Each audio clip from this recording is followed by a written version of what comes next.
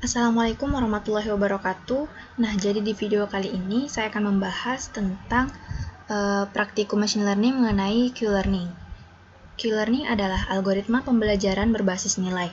Algoritma berbasis nilai memperbarui fungsi nilai berdasarkan persamaan, khususnya persamaan Bellman. Q-learning mempelajari nilai kebijakan optimal secara independen dari tindakan agent. Algoritma Q-learning ini digunakan untuk menentukan jalur yang terbaik atau optimal dari suatu kasus. Nah, di praktikum kali ini, kita akan menentukan jalur terbaik yang dilalui taksi untuk mengantarkan penumpangnya dari titik awal ke titik tujuannya. Nah, langsung aja ke praktikumnya. Yang pertama, kita import dulu library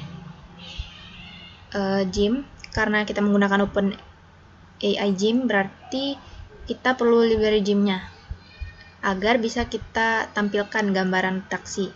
Nah, jika di Google Colab, kita bisa dengan langsung mengimport library-nya.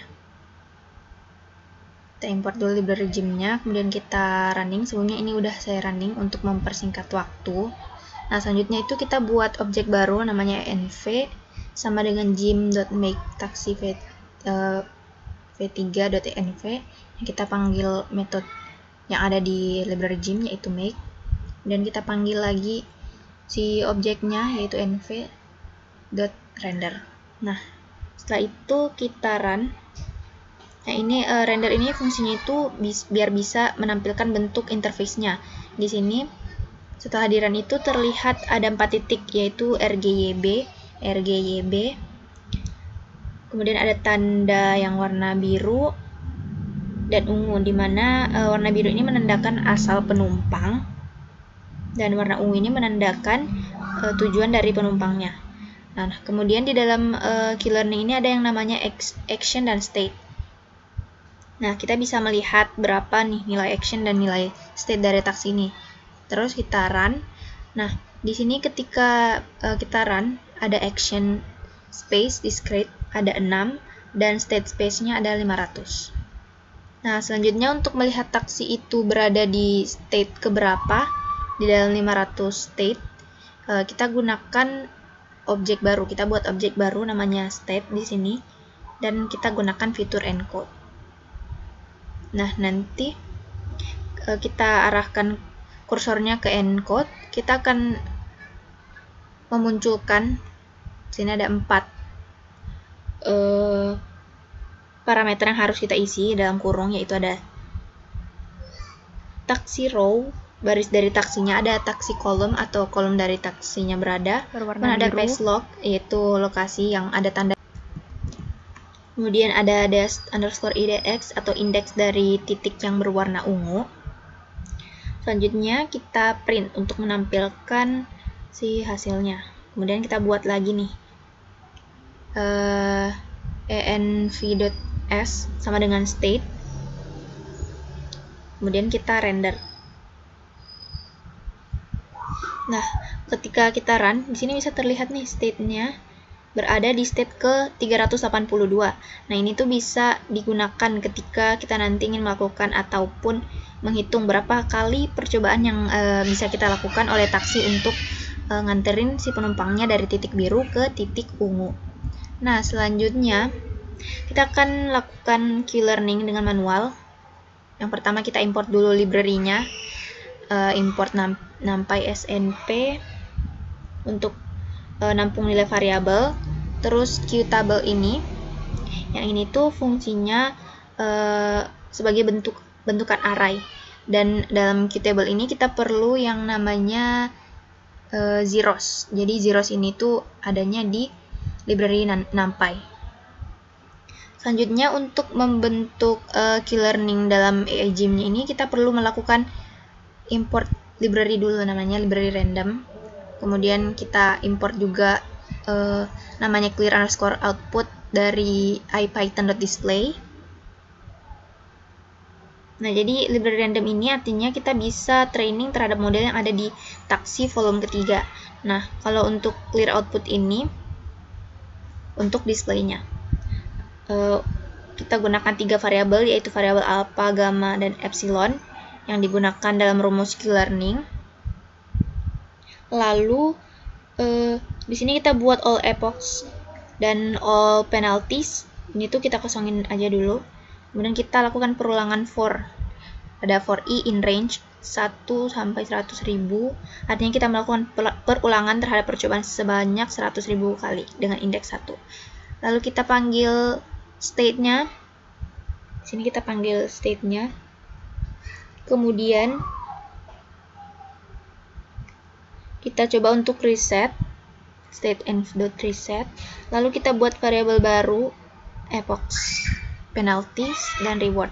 Itu sama dengan 0,0,0 into penalties ini untuk nampilin nilai penaltinya. Kemudian ada variabel done sama dengan false. Kemudian kita buat lagi nih perulangan dengan while. Nah, dalam perulangan while ini tuh ada perulangan lagi, yaitu perulangan if else.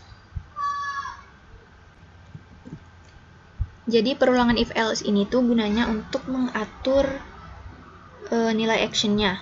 Nah, jadi sini kita perlu lihat nih ada new state, ada new value. Di sini ada new value, ini adalah rumus dari Q-learning. Kemudian di sini ada yang di bawah ini ada if yang kedua untuk reward. Itu sama dengan min 10. Artinya penaltinya ini bertambah. Kemudian kita lihat juga nanti ketika perulangannya sudah sampai 100. Nah, ini ketika perulangannya sudah sampai 100, maka dia akan menampilkan episodenya. Dan yang terakhir ini ada kita print hasilnya, yaitu training finished. Dia akan ngerunning. Kalau kita running nih, dia akan ngerunning terus sampai episodenya adalah 100.000. Kemudian akan nampilin yang print yang tadi nih, training finish. Kemudian ada CPU times, terus wall time. Jadi selama ngerunning ini kita harus tunggu sampai episodenya itu 100.000. Nah, kemudian kita lakukan proses testing, di mana kita akan lakukan kita buat objek namanya frame sama dengan kurung siku ini kita biarin kosong dulu. Kemudian kita inisialisasi lagi total epochs dan total penaltiesnya yaitu 0,0. Nah, si episodenya ini kita anggap 100. Kemudian di sini ada perulangan for untuk melihat berapa banyak sih penalti yang didapat dan berapa banyak langkah yang diambil oleh taksi untuk mengantarkan penumpangnya dari titik biru ke titik ungu. Terus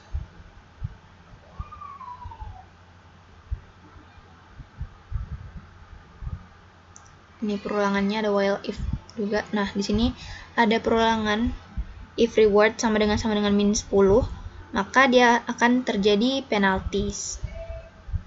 Nah, ketika kita run, untuk nampilinnya, yang akan kita tampilin adalah hasil setelah episodenya, terus rata-rata time step per episodenya, dan rata-rata dari penalti per episode. Nah, ketika di run itu, di sini kita bisa lihat hasilnya setelah 100 episode, rata-rata time step-nya per episode adalah 98,87 dan rata-rata penalties per episodenya adalah 0,0. Selanjutnya kita coba lihat juga proses taksinya berpindah. Nah, pertama kita import library-nya dahulu, yaitu from time import slip. Terus kita buat function yang namanya print_frame. Kemudian di dalamnya ini kita lakukan perulangan for i frame ini enumerate frames clear output wait sama dengan true. Nah, kemudian hasil yang akan ditampilkan nanti adalah frame-nya, time step, state, action, dan reward.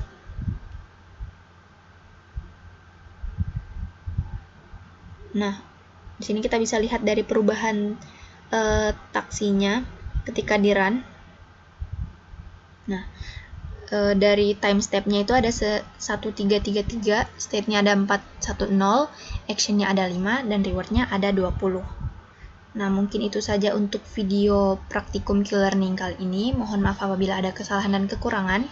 Terima kasih telah menonton video ini. Wassalamualaikum warahmatullahi wabarakatuh.